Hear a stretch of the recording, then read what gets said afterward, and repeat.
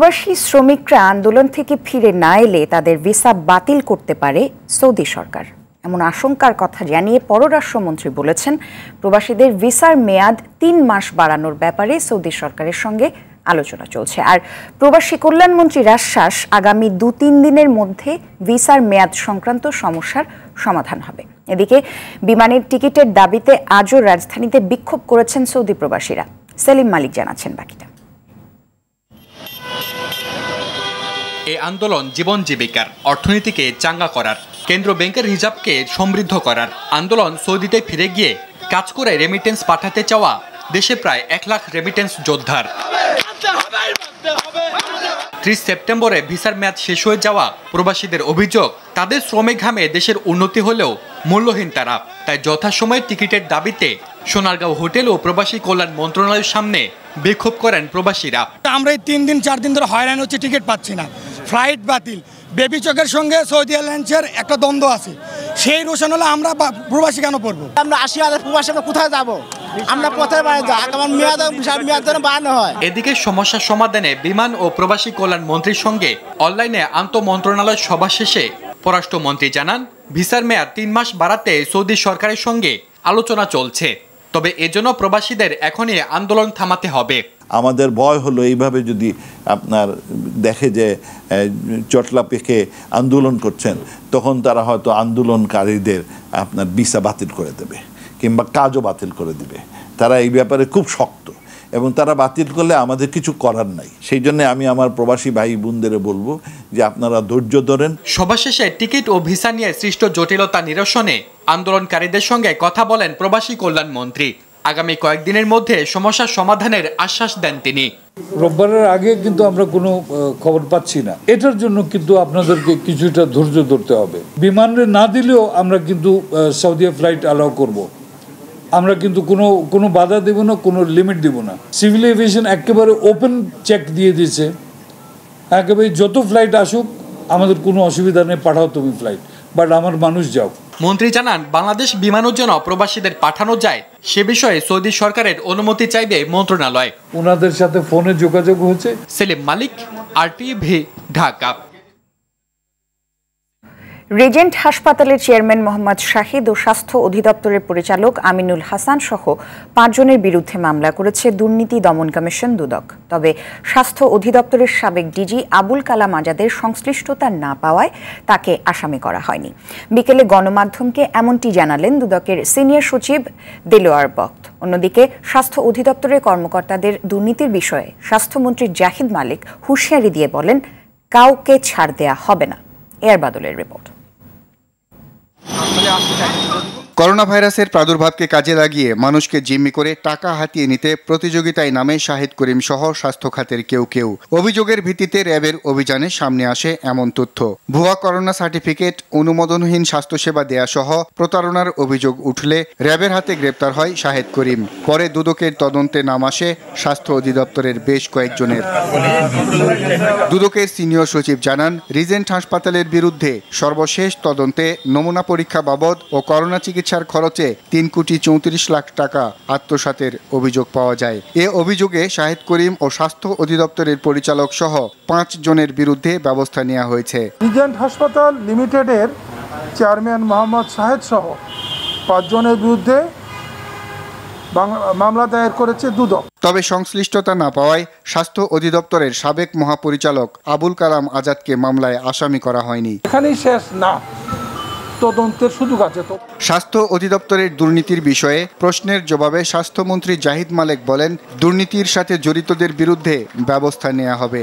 Dhaka medical college হাসপাতালের আধুনিকায়ন ও উন্নত মানের চিকিৎসা সেবা এবং শিক্ষার সম্প্রসারণমূলক কাজের উদ্বোধনী অনুষ্ঠানে তিনি এসব কথা বলেন। স্বাস্থ্য মন্ত্রণালয় যেখানে দুর্নীতি আছে সেখানেই আমরা ব্যবস্থা নিচ্ছি এবং আগামীতেও যেখানে দুর্নীতি আমরা খবর পাবো, আমরা যা আইনানুগ ব্যবস্থা আছে সেটা আমরা গ্রহণ করব। শীতকালে দ্বিতীয় ধাপে করোনা মোকাবেলায় সরকার প্রস্তুতি নিচ্ছে বলেও জানান মন্ত্রী।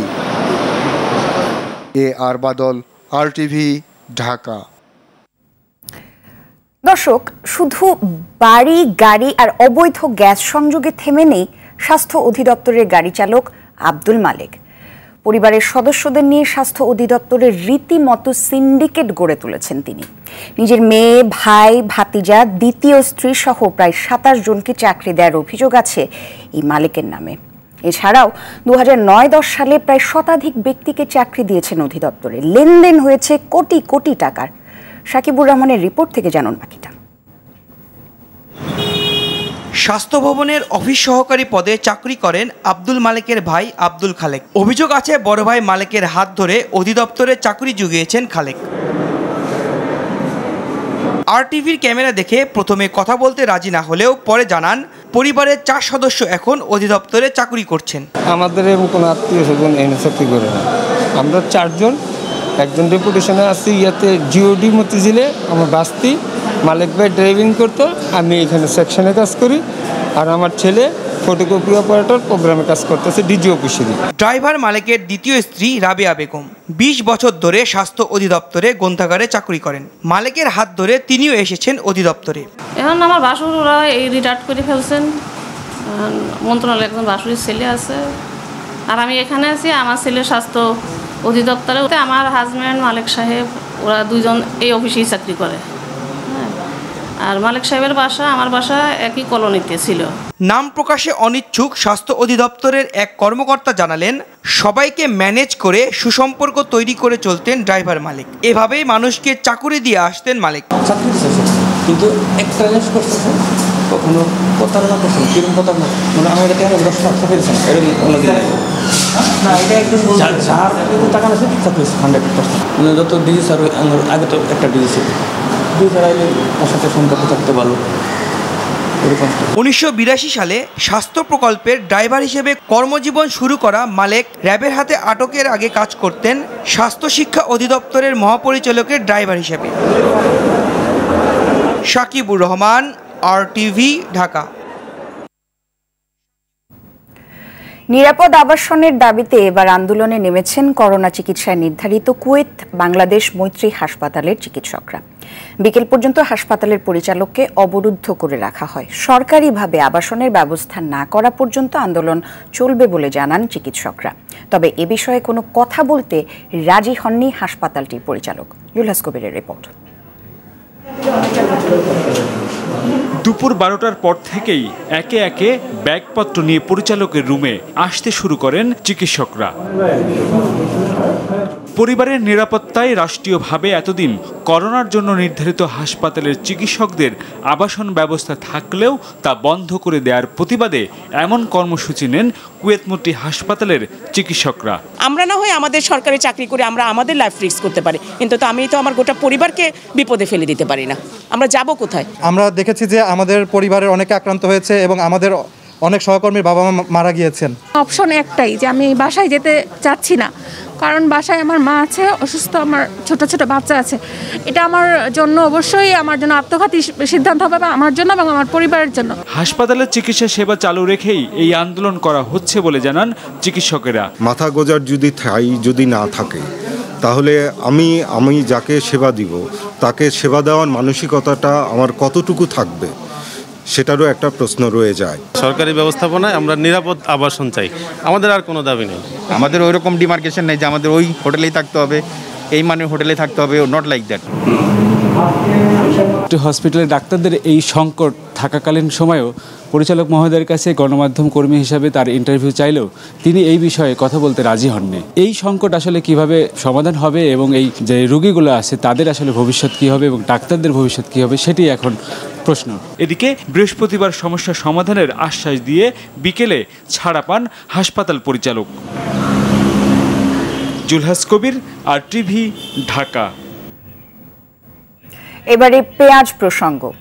ভারত পেঁয়াজ না দিলেও বর্তমান মজুদ আর বিকল্প উৎস থেকে আমদানি করে সংকট মোকাবেলা করা সম্ভব, এমনটি বলছেন আমদানিকারক, ব্যবসায়ী আর ভোক্তা অধিকার সংগঠন। বাজার সংশ্লিষ্টদের মতে বর্তমান মজুদ আর বিভিন্ন দেশ থেকে আমদানি করায় গেল বছরের মতো এবার পেঁয়াজের দাম বাড়বে না। ভবিষ্যতের সংকট এড়াতে দেশে পেঁয়াজ উৎপাদন বাড়ানোর তাগিদ দেন তারা। বিস্তারিত জানাচ্ছেন নাজিফ ফরাইজি। দ্বিতীয় মৌসুমের মতো ভারত পেঁয়াজ রপ্তানি বন্ধ করলে দেশের বাজারে এক রাতের ব্যবধানে পণ্যটির দাম 100-তে ওঠে। গতবারের অভিজ্ঞতায় শুরুতে ক্রেতারা আতঙ্কিত হয়ে পড়েন, অসাধু ব্যবসায়ীরা যার সুযোগ নেন। অথচ দেশে 5 থেকে 6 লাখ টন পেঁয়াজ মজুদ আছে, যা দিয়ে অন্তত 2 মাস চলা সম্ভব। সরকার দ্রুত পেঁয়াজ আমদানির শুল্ক প্রত্যাহার করে। আমদানিকারকরা মিয়ানমার, চীন, তুরস্ক, মিশর সহ বেশ কয়েকটি দেশ থেকে আমদানি শুরু করে, ফলে কমতে শুরু করেছে পেঁয়াজের দাম। গত মৌসুমে দেশে পেঁয়াজ উৎপাদন পর্যাপ্ত হয়েছিল এবং এখনও দেশে উৎপাদিত পেঁয়াজের বেশ ভালো মজুদ আছে। ভারত থেকে পেঁয়াজ আসুক বা না আসুক, সার্বিক সরবরাহ পরিস্থিতি স্থিতিশীল থাকবে। রাজধানীর শ্যামবাজারের আমদানিকারক ও পাইকাররা বলেন, বড় চালানগুলো দেশে পৌঁছালে পেঁয়াজের দাম আরও কমবে। 90,000 টন পেঁয়াজ যদি বাংলাদেশে 30-29 দিনের মধ্যে আসি চট্টগ্রামে পৌঁছায়, এবছরে আর ভারতের পরে 1% নির্ভরশীল আমাদের প্রয়োজন নাই, আর নির্ভরশীল হওয়া লাগবেও না ইনশাল্লাহ। আগামী মাসের 5 তারিখের পর থেকে পেঁয়াজগুলো আসতে পারে। এর ভিতরে হয়তো কিছু পেঁয়াজ আসবে, মারে যে পেঁয়াজগুলো আছে ওগুলো আসবে। ওগুলো আসলেও বাজারে তো একটু প্রভাব পড়বে। কৃষি অধিদপ্তরের তথ্য মতে দেশে বছরে পেঁয়াজের চাহিদা 30 লাখ টনের মতো। উৎপাদন কম বেশি 19 লাখ টন, আমদানি করতে হয় প্রায় 11 লাখ টন। কৃষি অধিদপ্তর তৎপর হলে দেশে উৎপাদিত পেঁয়াজ দিয়েই ঘাটতি মেটানো সম্ভব। উন্নত জাতের পেঁয়াজের বীজ আমদানি করতে হবে। কৃষকদের স্বল্প সময়ের মধ্যে অল্প ইন্টারেস্টে লোন দিতে হবে। বাজার সংশ্লিষ্টরা বলছেন, ভোক্তারা অতিরিক্ত পেঁয়াজ না কিনলে আর নিয়মিত মনিটরিং বাজারকে দ্রুত স্থিতিশীল করতে পারে। নাজিফ ফরাইজি, RTV, ঢাকা। পর্যাপ্ত মজুদ থাকার পরও নওগাঁয় সপ্তাহের ব্যবধানে প্রকারভেদে চালের দাম 3 থেকে 4 টাকা বেড়েছে। ক্রেতাদের অভিযোগ, খুচরা ও পাইকারি চাল বিক্রেতারা গেল সপ্তাহের তুলনায় এই সপ্তাহে বেশি দামে চাল বিক্রি করছে। এতে বিপাকে পড়েছে নিম্ন আয়ের মানুষ। আর বিক্রেতারা বলছেন, মিলাররা চাল মজুদ করে দাম বাড়িয়ে দিচ্ছে। এতে সপ্তাহের ব্যবধানে দাম ওঠানামা করায় বাধ্য হয়ে বেশি দামে চাল বিক্রি করতে হচ্ছে তাদের। গেল সপ্তাহে মোটা চালের দাম 36 থেকে 38 টাকা থাকলেও এ সপ্তাহে তা বেড়ে 40 থেকে 42, আর চিকন চালের দাম বেড়ে কেজি প্রতি 50 থেকে 52 টাকায় বিক্রি হচ্ছে। আবহাওয়া প্রসঙ্গ, লঘুচাপের প্রভাবে ভোলা, ঝালকাঠি উপকূলীয় এলাকা সহ দেশের বিভিন্ন স্থানে ঝড় বৃষ্টি হচ্ছে। অতি জোয়ারে ভোলায় বাঁধের বাইরের 20টি গ্রাম পানিতে ডুবে গেছে। জলাবদ্ধতায় ব্যাহত হচ্ছে এমনচার। ঝালকাঠিতে টানা বৃষ্টিতে সুগন্ধা ও বিষখালী নদীর পানি স্বাভাবিকের চেয়ে 2 থেকে 3 ফুট বেড়েছে। কাঠালিয়া ও রাজাপুরে বেড়ি বাঁধ না থাকায় বিস্তীর্ণ এলাকা প্লাবিত হয়েছে। এদিকে চলতি বন্যায় টাঙ্গাইলের সদর, ভুয়াপুর, নাগরপুর, দেলদুয়ার ও কালীহাতী উপজেলায় ফসলের ব্যাপক ক্ষতি হয়েছে। বন্যায় মোট 5টি উপজেলার 80,000 কৃষকের 67 কোটি টাকার ক্ষতি হয়েছে বলে জানিয়েছে কৃষি সম্প্রসারণ অধিদপ্তর। ফসল হারিয়ে দুশ্চিন্তায় দিন কাটছে কৃষকদের।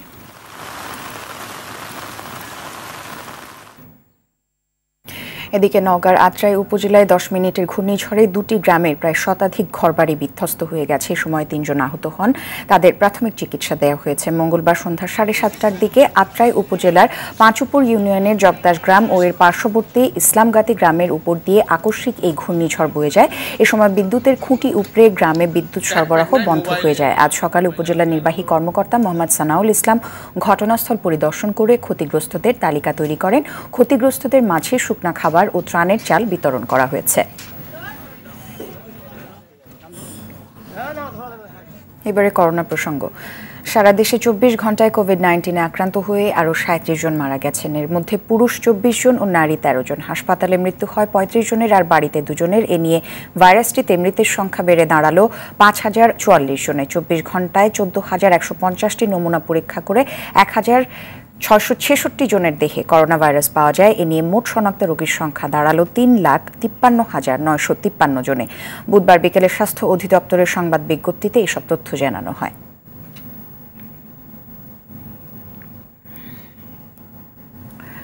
শীতকালে করোনার দ্বিতীয় ওয়েভ আসতে পারে বলে আশঙ্কা প্রকাশ করে সবাইকে স্বাস্থ্যবিধি মেনে সতর্ক থাকার আহ্বান জানিয়েছেন তথ্যমন্ত্রী ডক্টর হাসান মাহমুদ। দুপুরে সচিবালয়ে তথ্য মন্ত্রণালয়ের সম্মেলন কক্ষে আয়োজিত এক সংবাদ সম্মেলনে এই কথা বলেন তথ্যমন্ত্রী।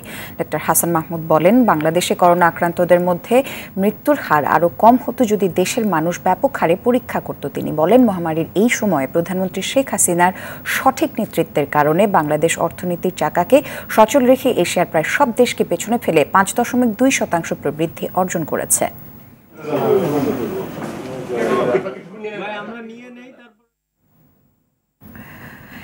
দেশে অনলাইন ব্যবসার বাজার 8,000 কোটি টাকা ছাড়িয়েছে। ভার্চুয়াল কেনাকাটায় সাধারণের আগ্রহের সাথে বেড়েছে ভোগান্তি আর প্রতারণার ঘটনা। দর্শক, ক্রেতাদের অভিযোগ রয়েছে নকল পণ্য, নিম্নমান, সঠিক সময়ে না পাওয়া আর টাকা খোয়া যাওয়া নিয়ে। কিছু অভিযোগ স্বীকার করে বিক্রেতারা বলেন, বড় অনিয়মে ব্যবস্থা নেওয়া হবে। এই খাতে শৃঙ্খলা প্রতিষ্ঠায় স্থায়ী ব্যবস্থা গ্রহণের দাবি ভোক্তাদের। আতিকা রহমানের ধারাবাহিক রিপোর্টের আজ দেখুন দ্বিতীয় পর্ব। ঘরে বসে এখন পাওয়া যায় দেশি বিদেশি পোশাক, গহনা, ইলেকট্রনিক্স পণ্য, কসমেটিক্স থেকে প্রতিদিনের বাজার সদাই পর্যন্ত। অনলাইন ব্যবসার প্রসারের কারণে এটি সম্ভব হয়েছে। ইক্যাবের তথ্য মতে দেশে প্রায় 1200 প্রতিষ্ঠান অনলাইন ব্যবসা করছে। বার্ষিক লেনদেন প্রায় 8,000 কোটি টাকা। ভার্চুয়াল কেনাকাটা জীবনকে সহজ করলেও কিছু সমস্যা বয়ে এনেছে। ভুক্তভোগীদের প্রধান অভিযোগ পণ্যের মান আর সময় মতো ডেলিভারি না পাওয়া নিয়ে। প্রথম দিকে অনেক ঠকেছি, যেমন ছবি দেখে অর্ডার করেছি একরকম, কিন্তু প্রোডাক্ট হাতে পাওয়ার পরে দেখি যে খুবই নিম্নমানের। স্টাইল ফ্যাবস নামের একটি পেজ থেকে একটি ড্রেস অর্ডার করেছিলাম এবং তারা পাকিস্তানি ড্রেসের নাম করে আমাকে খুবই বাজে কোয়ালিটির একটি ড্রেস পাঠিয়েছে। আমি যখন তাদের সঙ্গে যোগাযোগ করি যে আমি এটা আপনাদের ফেরত দিতে চাচ্ছি বা কুরিয়ার চার্জ দিয়ে দিতে চাচ্ছি, তারা বলছে যে না, তারা এটা আর ফেরত নেবে না। কিছুদিন আগে আমি একটি অনলাইন পেজ থেকে একটি শাড়ি অর্ডার করেছিলাম। শাড়িটি হাতে পাওয়ার পরে আমি দেখলাম যে ওটা কোনো শাড়ি না, ওইটা আসলে একটা গজ কাপড় ছিল। পেজে ড্রেসের যে ছবি দেওয়া ছিল, বাস্তবে ড্রেসের সাথে সেই ছবির কোনো মিলই ছিল না। ক্রেতাদের আকৃষ্ট করতে লাইভে যে পণ্য দেখানো হয়, অনেক সময় বাস্তবে তার মিল পাওয়া যায় না। বলে যে ইন্ডিয়া থেকে প্রোডাক্ট এনে দিবে, তো প্রি অর্ডারের নাম করে তারা 50% বিকাশের পেমেন্ট নেয়, এরপরে তারা আর সেই প্রোডাক্টগুলো দেয় না। সামাজিক যোগাযোগ মাধ্যমে অনলাইন কেনাকাটার অভিজ্ঞতা জানতে চাওয়া হলে ক্রেতারা বেশ কয়েকটি প্রতিষ্ঠানের নাম উল্লেখ করেন। এর মধ্যে স্টাইলমার্ট, প্রিয়শপ.com, মির বাজার, ফ্যাশন এক্স, কায়রা, blooming bird, Daraz, Rehman collection, ইলুইন, সাবু শপ, ইন্ডিয়ান ফ্যাশন ডিজাইনারের নাম রয়েছে। অভিযোগের ব্যাপারে প্রতিষ্ঠানগুলোর সাথে যোগাযোগ করেও কোনো জবাব পাওয়া যায়নি। আমাদের এই অ্যাপসের মাধ্যমে কাস্টমার প্রতারিত হওয়ার কোনো সুযোগ নেই, কারণ হচ্ছে আমরা কোনো কাস্টমারের কাছ থেকে টাকা অ্যাডভান্স নিচ্ছি না। যেহেতু প্রোডাক্টগুলো বেশিরভাগ ইন্ডিয়া থেকে আসে, এজন্য মাঝে মাঝে আমরা এই ধরনের ডিফিকাল্টিসগুলো, আমি যে কমপ্লেনগুলো করছি সেগুলো ভ্যালিড নাকি, যদি সবগুলো ভ্যালিড হয় সেটা হচ্ছে এক্সচেঞ্জ পাঠিয়ে দিই। অনলাইনে পণ্য কেনাকাটার অনিয়ম বন্ধে অভিযোগ কেন্দ্র গঠন ও তড়িৎ ব্যবস্থা নিতে সেল গঠনের দাবি ভুক্তভোগীদের। আতিকা রহমান, আরটিভি, ঢাকায়। বাংলাদেশ ভারত সম্পর্ক ভবিষ্যতে আরও সুদৃঢ় হবে। ভারত সরকার সবসময় বাংলাদেশের পাশে আছে এবং ভবিষ্যতেও থাকবে বলে জানিয়েছেন স্বরাষ্ট্রমন্ত্রী আসাদুজ্জামান খান কামাল। দোহার উপজেলার মালিকান্দা গ্রামে মহাত্মা গান্ধী আশ্রম পরিদর্শনে গিয়ে এসব কথা বলেন তিনি। এ সময় বাংলাদেশে নিযুক্ত ভারতীয় হাইকমিশনার রিভা গাঙ্গুলি দাস বলেন, ভারত বাংলাদেশ সম্পর্ক একটি ঐতিহাসিক অবস্থানে রয়েছে। এই বন্ধুত্বপূর্ণ সম্পর্ক সবসময় অটুট থাকবে। অনুষ্ঠান শেষে দোহার উপজেলা পূজা উদযাপন পরিষদের পক্ষ থেকে ভারতীয় হাইকমিশনারকে ফুল দিয়ে শুভেচ্ছা জানান কেন্দ্রীয় স্বেচ্ছাসেবক লীগের সভাপতি নির্মল রঞ্জন গুহ ও দোহার উপজেলা পূজা উদযাপন পরিষদের সভাপতি সাংবাদিক অমিতাভ পাল অপু।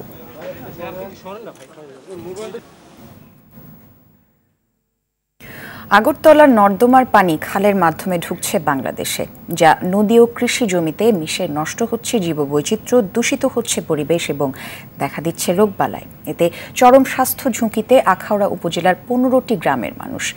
বারবার তাগাদার পরও ব্যবস্থা নিচ্ছে না ত্রিপুরা সরকার। পরিবেশের ভারসাম্য রক্ষায় দ্রুত দূষণ রোধের দাবি সংশ্লিষ্টদের। ব্রাহ্মণবাড়িয়া প্রতিনিধি আইফাত ইসলামের রিপোর্ট, জানাচ্ছেন দীপ্তচন্দ্র পাল। গেল কয়েক দশক ধরে কালন্দি খালের মাধ্যমে প্রতিবেশী দেশ ভারতের ত্রিপুরা রাজ্যের আগরতলা থেকে দূষিত পানি ব্রাহ্মণবাড়িয়ার আখাউড়া দিয়ে দেশে ঢুকছে। প্রায় 15 ফুট প্রশস্ত এই খালের পানিতে বিষাক্ত কেমিক্যাল, সোয়ারেজ বজ্র, পলিথিন ও বিভিন্ন খাবারজাত প্যাকেট, পরিত্যক্ত প্লাস্টিক ও কাচের বোতল এবং অন্যান্য পচনশীল দ্রব্যের অস্তিত্ব পাওয়া গেছে। একসময় খালটি মিঠা পানির অন্যতম উৎস ছিল।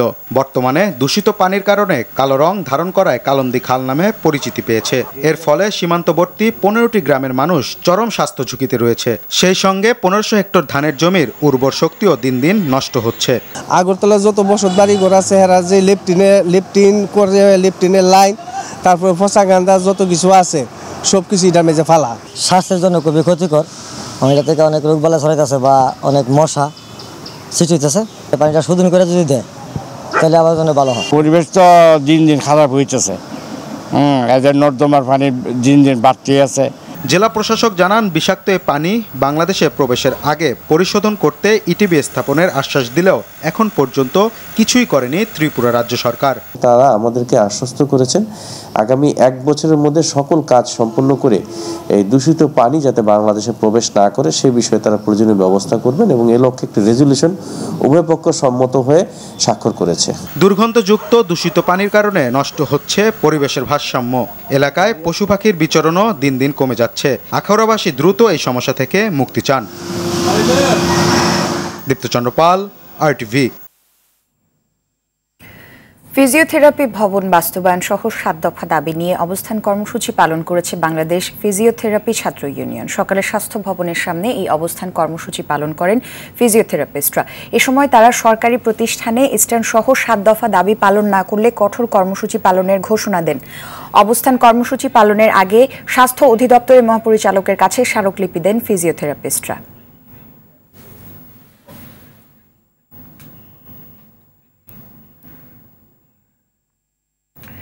দর্শক, প্রবাসীদের আকামার মেয়াদ 24 দিন বাড়ালো সৌদি আরব। রোববার থেকে নতুন ভিসা দেয়া হবে এবং 23 সেপ্টেম্বর পর্যন্ত বিশেষ ফ্লাইটের অনুমতি দিয়েছে সৌদি কর্তৃপক্ষ।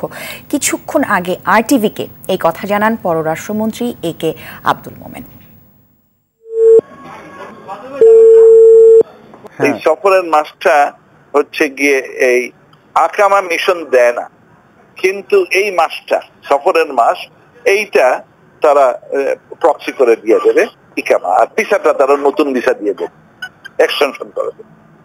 আচ্ছা, সেই হিসেব অনুযায়ী তাহলে 24 দিন বাড়ছে, তাই না মন্ত্রী মহোদয়? জি জি জি।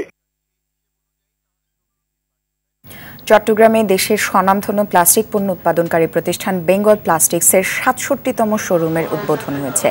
রিয়াজউদ্দিন বাজারের গোলাম রসুল মার্কেটে বেঙ্গল এক্সক্লুসিভ শপ নামে শোরুমটির উদ্বোধন করেন বেঙ্গল প্লাস্টিক্সের মহাব্যবস্থাপক শামিনুর রহমান শামীম। অনুষ্ঠানে বেঙ্গলের সহকারী মহাব্যবস্থাপক মৃন্ময় কান্তি দাস, হারুনুর রশিদ, ফজলে রাব্বি, স্থানীয় পরিবেশক সহ কোম্পানির ঊর্ধ্বতন কর্মকর্তা, চট্টগ্রামের গণ্যমান্য ব্যক্তি ও স্থানীয় ব্যবসায়ীরা উপস্থিত ছিলেন। সন্ধ্যা সংবাদ এ পর্যন্তই। RTV সবশেষ সংবাদ জানতে যে কোনো মোবাইল ফোন থেকে 24141 নম্বরে ডায়াল করুন। আর মোবাইল ফোনের সংবাদ দেখতে অ্যাপ স্টোর, গুগল প্লে বা উইন্ডো স্টোর থেকে ডাউনলোড করুন RTV অ্যাপস। এছাড়া তাৎক্ষণিক ও বিনোদন সংবাদ জানতে বিশ্বের যে কোনো প্রান্ত থেকে ভিজিট করুন rtvonline.com, facebook.com/rtvonline ও youtube.com/rtvdigitals। এখন থেকে RTV সব বিনোদনমূলক অনুষ্ঠান দেখতে পাবেন RTV প্লাসে। সঙ্গে থাকার জন্য অসংখ্য ধন্যবাদ।